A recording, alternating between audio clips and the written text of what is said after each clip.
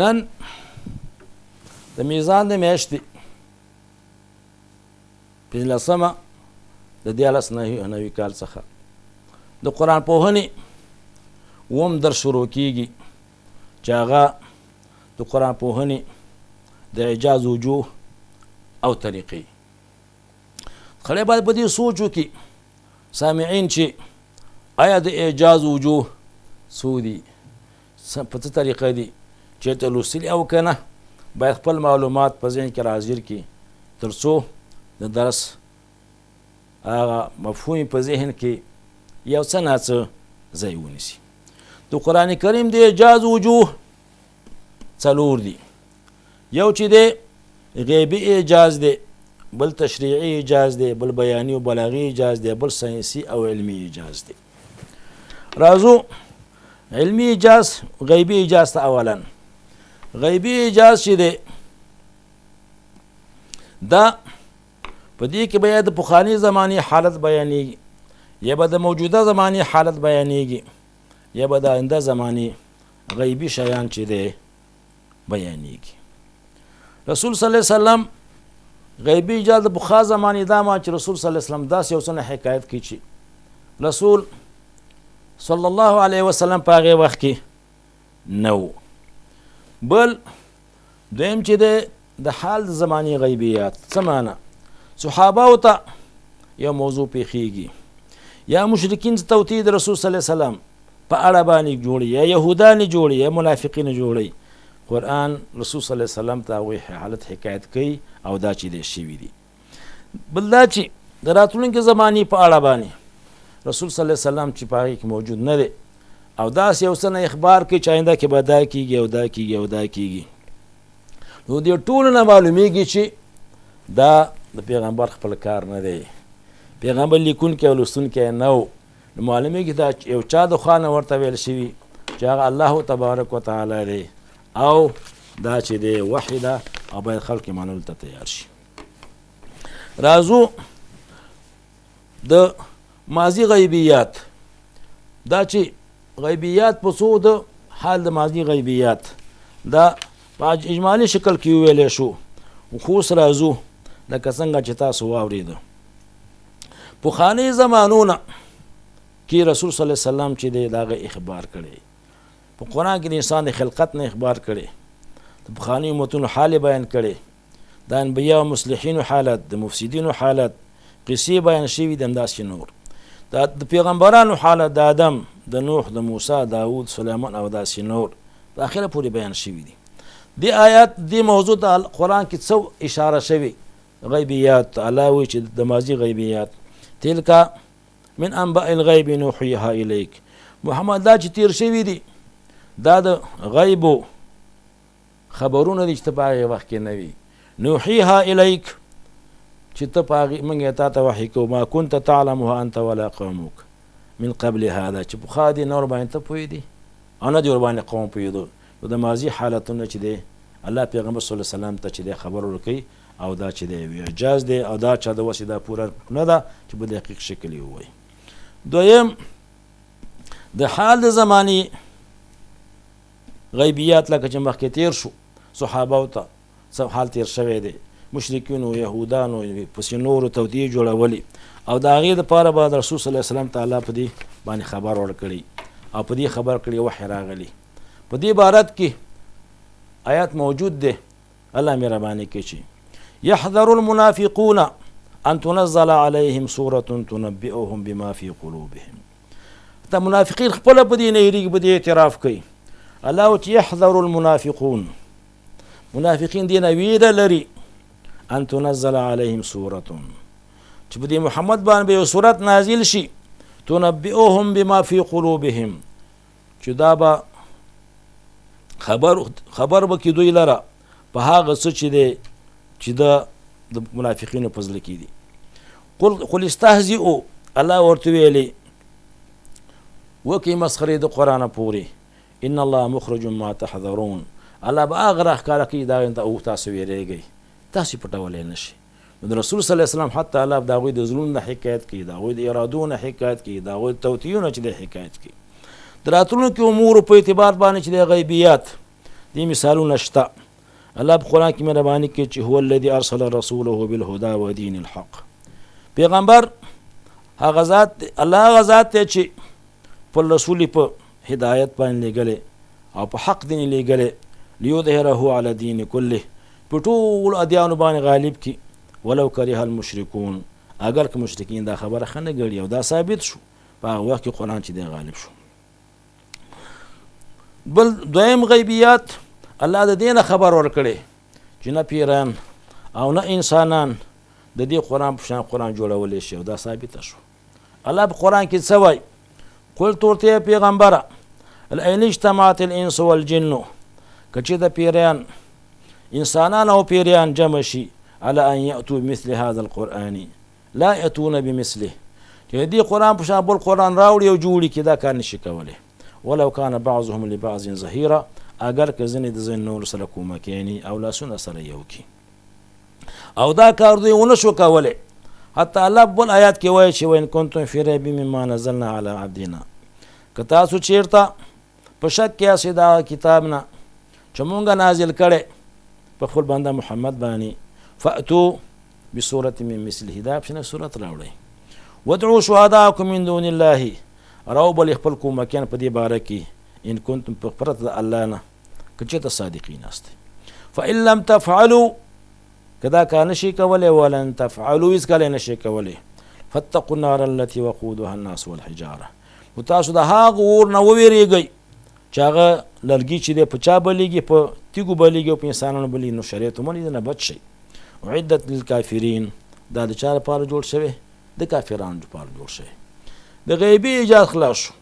اوس راوځو تشریعي ایجاز. تشریعي څه معنی؟ شرط داسې احکام بیانوي د خلکو مصلحت دپاره، د خلکو د خیر دپاره چې د انسانانو ذهن د هغې نه چې دی عاجز دی. لکه قرآن احکام عام دي، شامل دي، کامل دي او محکم دي او د ټولو انسانانو او پیریانو دپاره راغلی او د هغوی د ژوند امور هم په دنیا هم په آخرت کې تنظیموي.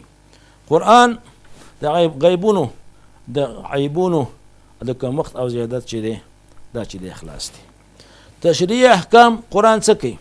قرآن فرد جوړی، قرآن فرد ټولنه کورنۍ جوړی، قرآن ټولنه جوړی او دولت جوړی او په دې باره کې چې دی احکام لري. اول چې فرد جوړي بیا پسې کورنۍ، بیا پسې ټولنه، پسې نور. د فرد جوړول داسې مثال لري لکه چې یو خښته په بله خښته باندې کېږي او د هغې نه تعمیر جوړیږي. همدارنګه د فرد عقیده جوړی په مناسب شکل باندې چې انسان باید عقل په کار باندې واچي، باید انسان د قناعت د لارې نه چې دی پوه شي چې الله یو دی او په هغه باندې اعتراف وکړي. الله څه په دې باره کې یا ایها الناس اعبدوا ربکم الذي خلقکم، ای خلکو تاسو د هغه رب باندې اعتراف وکړئ، واحد ولا شریک وګڼئ چې تاسو پیدا کړي یاست. نو چې چا تاسو پیدا کړي یاست باید هغه قدر وپېژنئ او باید هغه شریعت وپېژنئ او د شریعت تقاضا یې دا ده چې الله واحد ولا شریک چې دی وګڼئ. همدارنګه که بله آیات څه وي د عقیدې باره کې که چې دوه او درې خدایان وی دا نظام په دې شکل چلیدلی نه وی. تاسو اوس ګورئ زموږ په وطن کې چې د حالتونه ولې ګډوډ، ځکه چې زمامداران زیات شو، قدرتونه زیات شو، وطن د ګډوډۍ سره مخامخ شو. نو څه که چېرته همدارنګه العیاذ بالله په عالم کې دوه خدایانو دا نظام په دې حالت نه پاتې کېږي. الله مهرباني کوي لو کان فیهم آلهة الا الله لفسدتا، که چېرته په دې ځمکه او اسمان کې پرته د الله نه بل نور اله خدایان موجود وي نو ځمکې او د اسمان نظامونو فاسد په خپل حالت روان نه وي، ګډوډي به وه. دا چې ثابت دی معلومېږي چې یو الله دی او دا چې نور نشته. همدارنګه تاسو ته دا هم معلومه ده چې الله په بل آیات کې توحید مثال څه خیل بیانوي او داسې وایي چې تاسو چې د چا عبادت کوئ ګوره هغه په هېڅ کې قادر نه دي. او الله څه په دې باره کې وایي؟ یا ایها الناس ضرب مثل فاستمعوا له، ای خلکو یو مثال بیانېږي د هغې ته غوږ کېږئ. ان الذين تدعون من دون الله لن يخلقوا ذبابا ولو اجتمعوا له، هغه څوک چې تاسو په اصطلاح باندې پرته د الله نه رابلئ، هغه ته خپلواکي وړاندې کوئ، هغه هېڅ وخت کې حتی یو مچ نشي پیدا کولی ولو اجتمعوا له، او اگر که د هغې د مچ د پیدایښت لپاره دا ټول لا ټول شي. وان یسلبهم الذباب شیئا لا یستنقذوه منه، او که مچ ونه چې تختی هغه بیا بېرته ونه نشي اخیستی.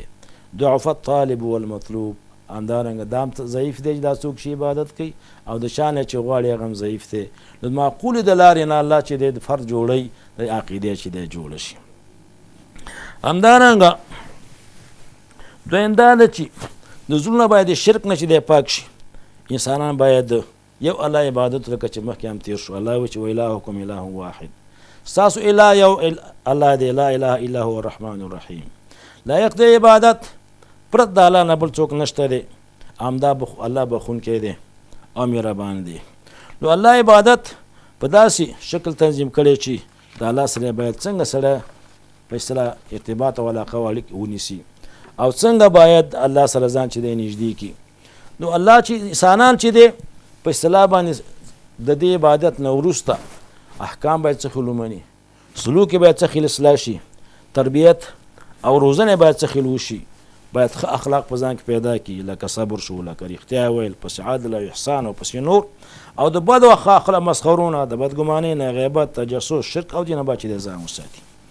د دې نه وروسته د فرد جوړېدو نه د کورنۍ جوړېدل دي. کورنۍ نه چاره نشته.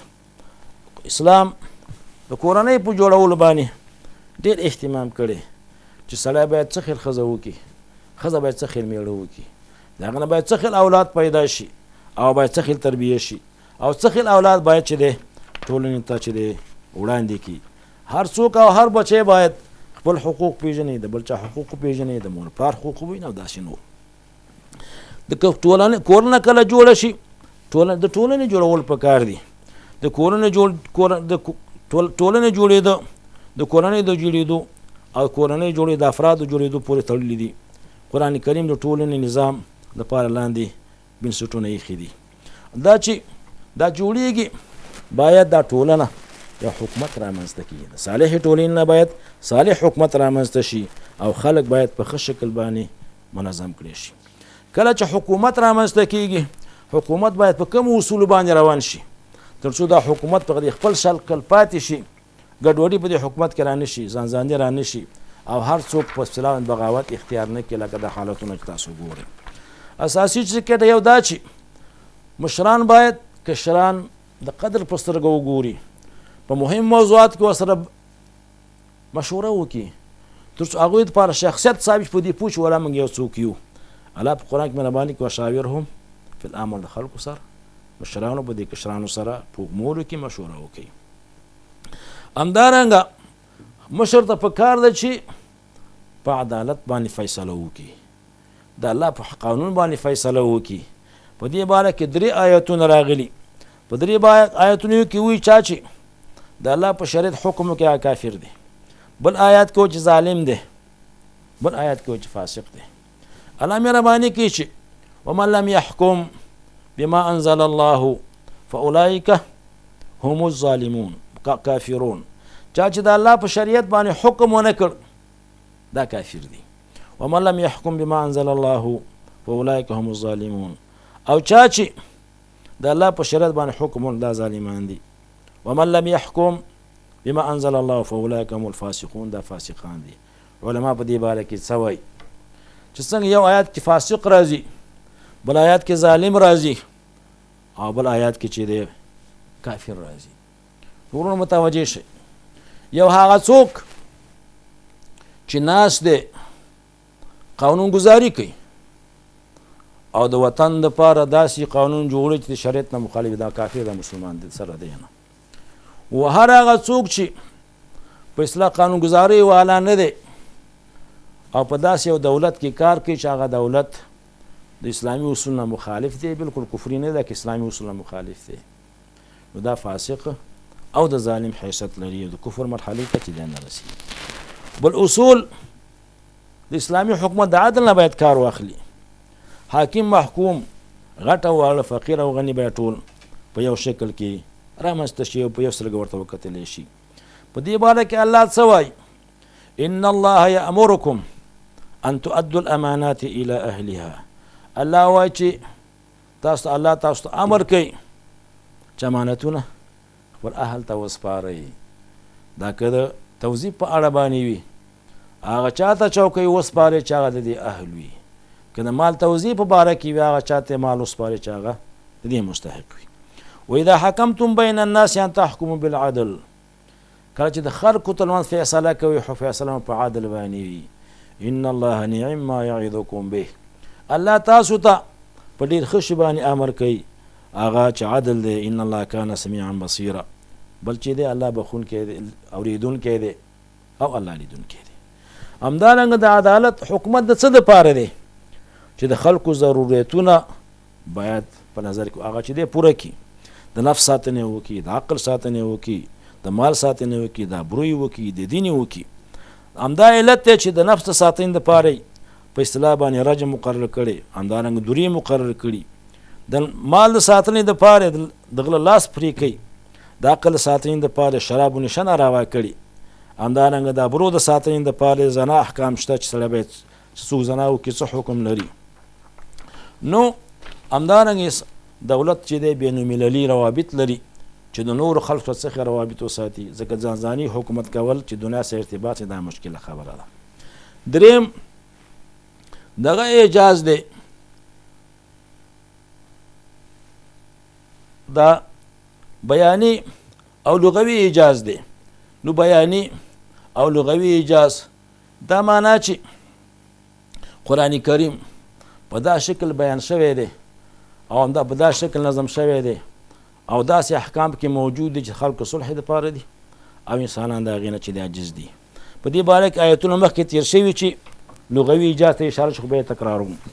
الله مهرباني قل لئن اجتمعت الانس والجن على ان یاتوا بمثل هذا القرآن، محمده خلکو ته ووایه که چېرته پیریان انسانان او پیریان په دې جمع شي چې داسې قرآن راوړي لا یأتون بمثله، هغه نشي راوړی.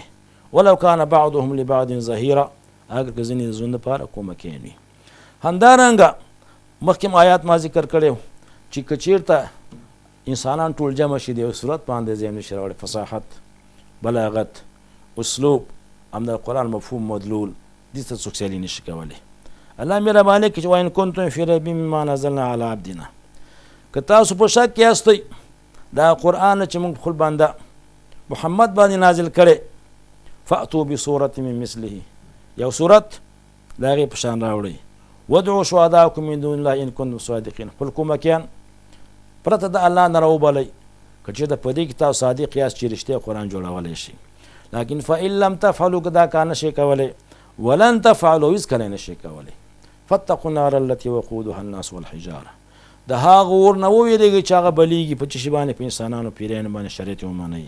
اعدت للکافرین، دا د کافرانو دپاره چې څه شوی دی؟ تیار شوی دی. اصلا قرآن کریم خلک په ډاګیزه توګه تدبر ته رابلي او ته متوجه کوي چې اسلوب د قرآن ته وګورئ، حالت د قرآن ته وګورئ چې دې کې اختلاف شته او که نشته، نظم یې څه خیل راغلی دی. دا د انسان کلام نه، د الله کلام دی. الله وایي افلا یتدبرون القرآن، دا خلک قرآن ته سوچ نه کوي. ولو کان من عند غیر الله، که دا قرآن پرته د الله نه د بل چا د خوا راغلی وي لوجدوا فیه اختلافا کثیرا، پکې ډېر اختلافونه موجود وي. دا چې قرآن په داسې اسلوب او په داسې سبق سره لیکل شوی چې پکې نشته، نو معلومیږي چې دا د الله کلام دی او دا چې دی د انسانانو کلام نه دی. ښه موضوع دې ته راځو چې کله قرآن داسې یو کتاب دی چې هغه د انسانانو توان نه بهر دی. حضور رسول صلی الله علیه وسلم داسې قرآن د ځانه ویلی شي که نه؟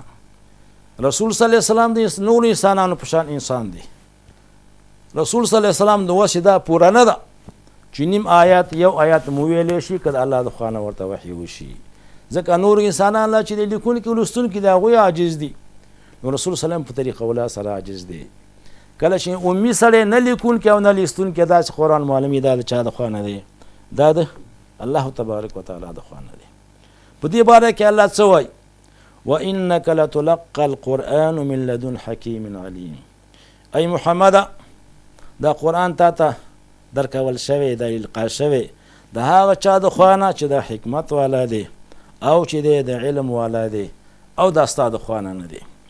راځو ساینسي او علمي ایجاز ته، هغه مخکې چې دی تیر شوی دی او هغه بیا نه را اعاده کوم. د دې موضوع پایلې دا ده چې قرآن کریم په ټولو جهتونو کې اعجاز لري. همدارنګه خلک نشي کولی چې د قرآن په شان چې څومره د حکایت کړي غیبیات بیان کړي، پخواني حالت نه، د موجوده یا د آینده نه، یا داسې تشریح احکام داسې جوړ کړي، یا بلاغت فصاحت. نو لهذا دا د الله کلام دی، سړی به یې دی منلو ته چې دی تیار شي. وصلی الله علی خیر خلقه محمد وعلى آله وأصحابه أجمعين.